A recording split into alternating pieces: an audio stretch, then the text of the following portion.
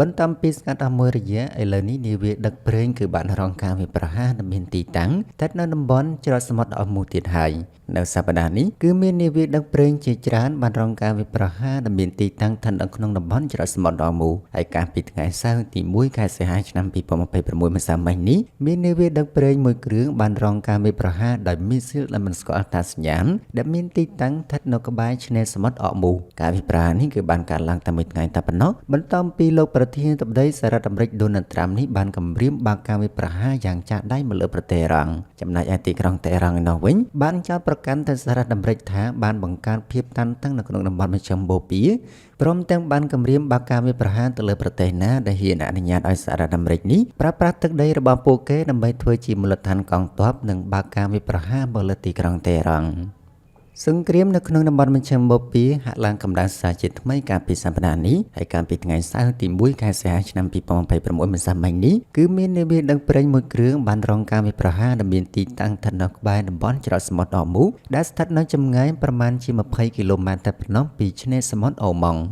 បើយោងទៅតាមទីភ្នាក់ងារសមុទ្ររបស់អង់គ្លេសដែលហៅកាត់ថា UKTMO បានឲ្យដឹងថាម៉ាស៊ីនរបស់នាវានោះគឺត្រូវបានរងការខូចខាតយ៉ាងដំណំដោយសារតែគ្រាប់មីស៊ីលមិនស្គាល់អត្តសញ្ញាណក៏ប៉ុន្តែជាសម្ដងល្អនោះគឺគ្មាននរណាម្នាក់បានរងគ្រោះថ្នាក់ដោយសារតែហេតុការណ៍នោះឡើយរីឯនាវាទឹកប្រេងមួយគ្រឿងទៀតក៏ត្រូវបានផ្ទុយឆេះដែលមានទីតាំងស្ថិតនៅក្បែរតំបន់នោះផងដែរការវាយប្រហារមកលើនាវាដឹកប្រេងដែលមានទីតាំងស្ថិតនៅក្បែរតំបន់ច្រកសមុទ្រអមូនេះគឺបានកើតឡើងត្រឹមតែមួយថ្ងៃតែប៉ុណ្ណោះក្រោយតាំងពីលោកប្រធានាធិបតីសហរដ្ឋអាមេរិកដូណាល់ត្រាំនេះបានព្រមានបើកការវាយប្រហារជាថ្មីឲ្យចាស់ដៃមកលើប្រទេសអ៊ីរ៉ង់ចំណែកឯបណ្ដាញសារព័ត៌មានរបស់សហរដ្ឋអាមេរិកវិញបានរាយការណ៍ថាកងទ័ពរបស់សហរដ្ឋអាមេរិកនេះក្រុងនឹងបើកការវាយប្រហារដែលសម្ដៅទៅលើហេដ្ឋារចនាសម្ព័ន្ធធម្មពលរបស់ប្រទេសអ៊ីរ៉ង់នៅចុងសប្តាហ៍នេះហើយ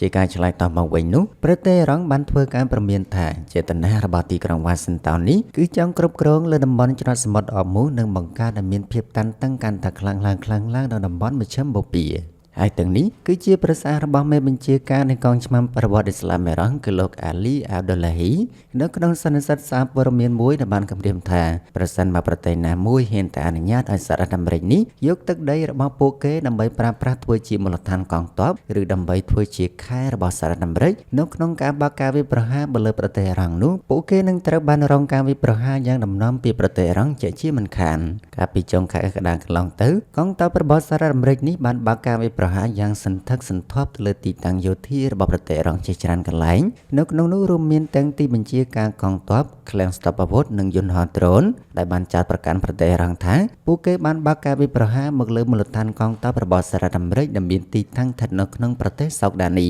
ចំណែកឯប្រទេសអ៊ីរ៉ង់វិញក៏បានបើកការវាយប្រហារសងសឹកវិញដោយសម្ដៅទៅកាន់មូលដ្ឋានកងទ័ពរបស់សហរដ្ឋអាមេរិកដែលមានទីតាំងស្ថិតនៅក្នុងប្រទេសគូវ៉ាតនិងប្រទេសបារ៉ែនគួរជ្រាបផងដែរថាកាលពីថ្ងៃសុក្រទី31ខែកក្កដាឆ្នាំ2026កន្លងទៅប្រទេសអ៊ីរ៉ង់នេះទើបតែបើកការបាញ់ប្រហារទៅលើនាវាដឹកប្រេងចំនួន2គ្រឿងដែលបានហាយហោមទៅដោយកងទ័ពអាកាសរបស់សហរដ្ឋអាមេរិកឲ្យឆេះយ៉ាងសន្ធោសន្ធៅដែលបានចាន់ប្រកាន់ថានាវាទាំង2គ្រឿងនោះគឺបានព្យាយាមបើកឆ្លងកាត់តំបន់ច្រកសមុទ្រអមូដោយគ្មានការអនុញ្ញាតរីឯប្រទេសប៉ាគីស្ថានដែលជាអន្តរការីសម្រាប់សម្រួលទំនាស់រវាងសហរដ្ឋអាមេរិកជាមួយនឹងប្រទេសអ៊ីរ៉ង់នេះវិញក៏បានអំពាវនាវឲ្យភាគីជម្លោះមានការអត់ធ្មត់សង្កត់ចិត្តនិងវិលត្រឡប់ទៅរកតុចរចាដើម្បីបិទបញ្ចប់សង្គ្រាមឡើងវិញ